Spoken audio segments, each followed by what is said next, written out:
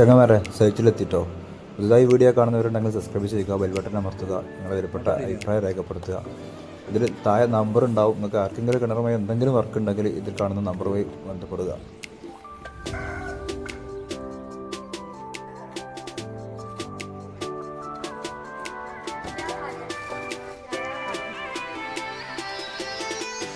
എന്താ പാട്, ബുദ്ധിമുട്ടുണ്ടോ?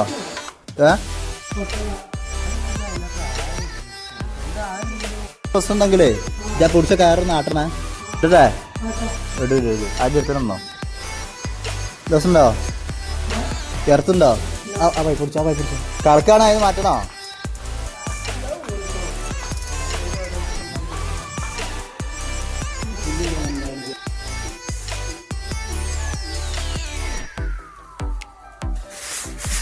ഇന്ന് നമ്മളിവിടെ പുതിയ രണ്ടാൾക്കാരുണ്ട് കേട്ടോ. കിണറിൻ്റെ അടി കുറച്ച് ഇടിഞ്ഞിട്ടുണ്ട്, മണ്ണ് കുറച്ച് കൂടുതലുള്ളതുകൊണ്ട് നമ്മളിവിടെ പുതിയ ആൾക്കാരുള്ളതാണ്.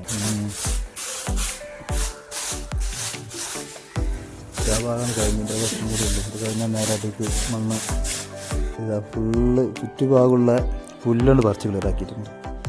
ഇൻഷാല്ല വെള്ളം ചായം കുടിച്ചിട്ട് നേരെ അടിക്കണ്ട് ഇറങ്ങും.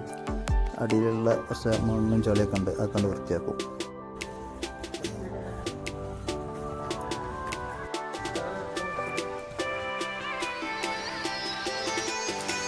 അതാ ആ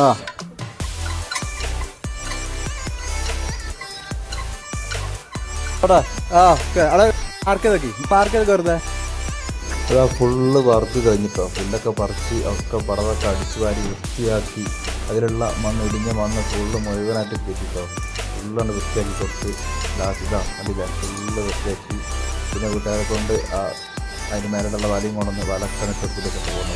ഓക്കെ, അടുത്ത വീഡിയോ